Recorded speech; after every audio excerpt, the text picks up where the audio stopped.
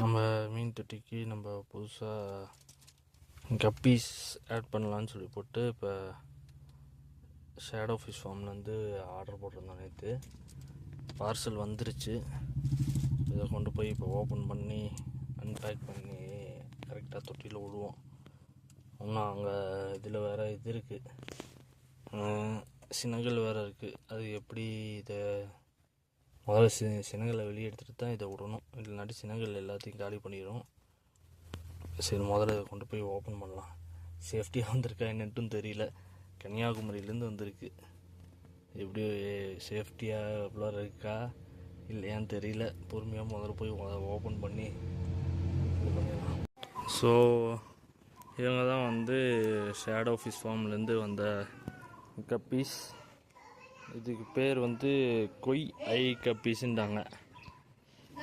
So ஒரு பேர் வந்து 150 ரேஞ்சுக்கு வாங்குச்சு. ஆனால் ரொம்ப காஸ்ட்லியாக தான் தெரிஞ்சிச்சு. இருந்தாலும் ஒரு ஆசை தானே, ஆசை யாரை விட்டு வைத்து. அது நம்மளை மாதிரி ஆசைப்படுறவங்க இருக்கிற வரைக்கும் இந்த மாதிரி காஸ்ட் ரேஞ்ச் ஏறிக்கிட்டு தான் போகும். அதனால் நம்ம ஒன்றும் பண்ண முடியாது. பார்த்தேன், நல்லா இருந்துச்சு, பட்டுன்ட்டு வாங்கிட்டேன். ஸோ அவர்கிட்ட நிறையா வெரைட்டிஸ் இருக்குது, நிறையா வச்சுருக்காரு. ஸோ நீ அப்படியே கொஞ்சம் கொஞ்சமாக ஒவ்வொரு வெரைட்டிஸில் ஒவ்வொன்றா வாங்கி விடலாம். வேலையாக வந்து இப்போ அந்த சினங்களை வெளியே எடுத்துடலாம். வெளியே எடுத்துட்டு அடுத்ததாக வந்து இவங்களை வந்து உள்ளார விட்டுலாம். ஸோ எல்லாத்தையும் உள்ளார விட்டாச்சு. இவ்வளோ பெரிய தொட்டியில் காண்டு மூட்டு காண்டு தெரியுது.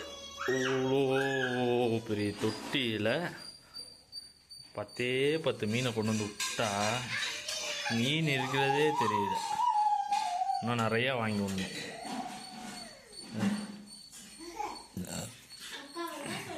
எப்படியும் இன்னொரு 20 பேராச்சும் வாங்கி விடணும். ஸோ இப்போ இன்றைக்கி வெளில போகல, உள்ளார தான் இருக்கா. அந்த சின்ன கருப்பி வெளியே இருக்குது. முட்டையெல்லாம் கொலாப்ஸ் பண்ணிடுச்சு, அதுலேயே தான் உட்காந்துருக்கு. அதை ஆடை தெளி வைக்கிறது கொஞ்சம் கஷ்டம்தான். இது எதுவும் குஞ்சு பறிச்சிச்சுன்னா இதோட குஞ்சு எடுத்து அதில் விட்டு வைக்கணும். இன்றைக்கி யாரை கொண்டு போய் இவள்கிட்ட போய் முட்டையை போட்டு வச்சுருக்காங்க.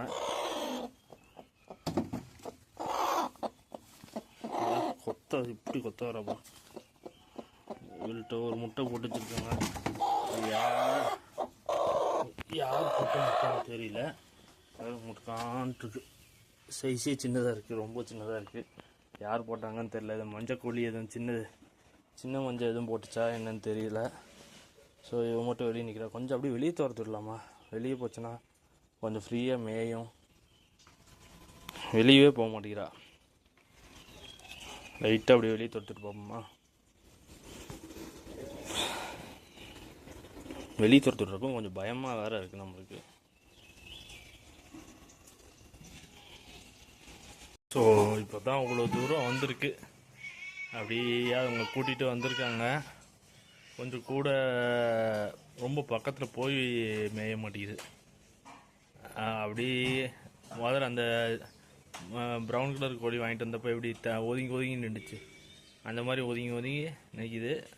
ஆனால் அவ்வளோக்கா இறைய எடுக்க முடியாது. ஒரு மாதிரி அந்த குளிருக்கு அப்படியே ஒரு ரொம்ப இதாக நிற்கிது. பழகிக்கும். இன்னும் 2-3 நாள் அப்படியே வெளியே வந்துச்சுன்னா பழகிக்கும் அழகா. ஆனால் முட்டை பார்த்திங்கன்னா முட்டைக்கான் இருக்குது. 40 கான் சின்ன முட்டையை விட்டுருக்கு. ஆனால் இதோட முட்டைன்னு தான் சொல்கிறாங்க அம்மா. பார்ப்போம். அப்புறம் அப்படியே பொறுமையாக ஒரு மாதிரி ரொம்ப லேசியாக இருக்குது. ஏதாச்சும் இப்படி துரத்தினா தான் ஓடுது.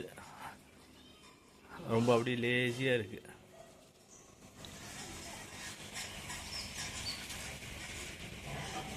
செட் ஆகிடுச்சுன்னா பிரச்சனை இல்லை. இதே மாதிரி இன்னொரு 4 கோழி வாங்கினோம்னா ஆட்டோமேட்டிக்காக டெவலப் பண்ணிடலாம். எல்லாம் உள்ளார போயிட்டாங்க. இவன் மட்டும் பாருங்க, ரொம்ப ராவடி பண்ணுறான் வர வர.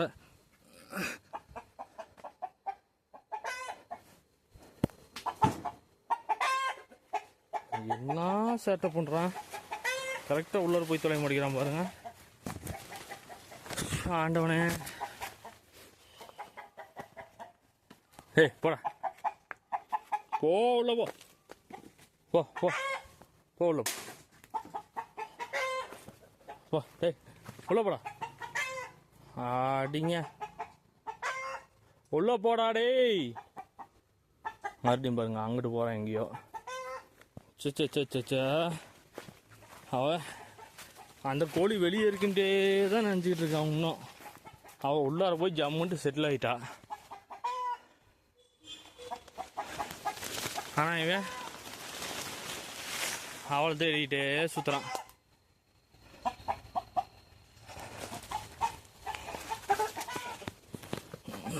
இங்கேருந்து கல் எடுத்து போயிடலாம்ப்பா. உள்ளார அந்த புதற்குள்ளார போகிறான். போடா டேய் போ உள்ள போ.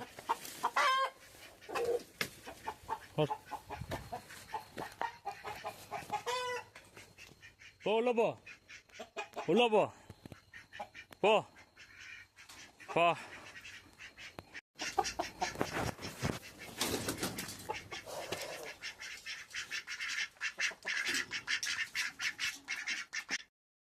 அக்காவை எல்லாத்தையும் உள்ளே தள்ளியாச்சு. இவங்க பாரு எப்படாவே என் உள்ளார வருவான் கொத்தலான்ட்டு டீயாக உட்காந்துருக்காரு. போடுறீங்க போடு. அவ அங்கே போய் உட்காந்துருக்கா. இது மேலே ஏறி உட்காந்துச்சுனா கூட கொஞ்சம் நல்லா இருக்குன்னு பார்க்குறேன். மேலேயே ஏற மாட்டேங்குது. கழிச்சல் எது இருக்குமான்னு பார்த்துட்டு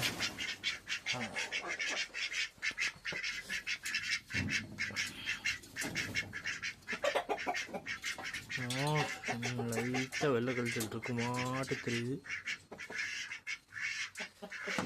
கிளைமேட் எது சாப்பிடல. இது பிடிக்கிறது வேறு கஷ்டம். மேலே உட்காந்து சரி அப்படி உக்காந்துக்க கம்மு. சரியா இப்படியே உக்காந்துக்க.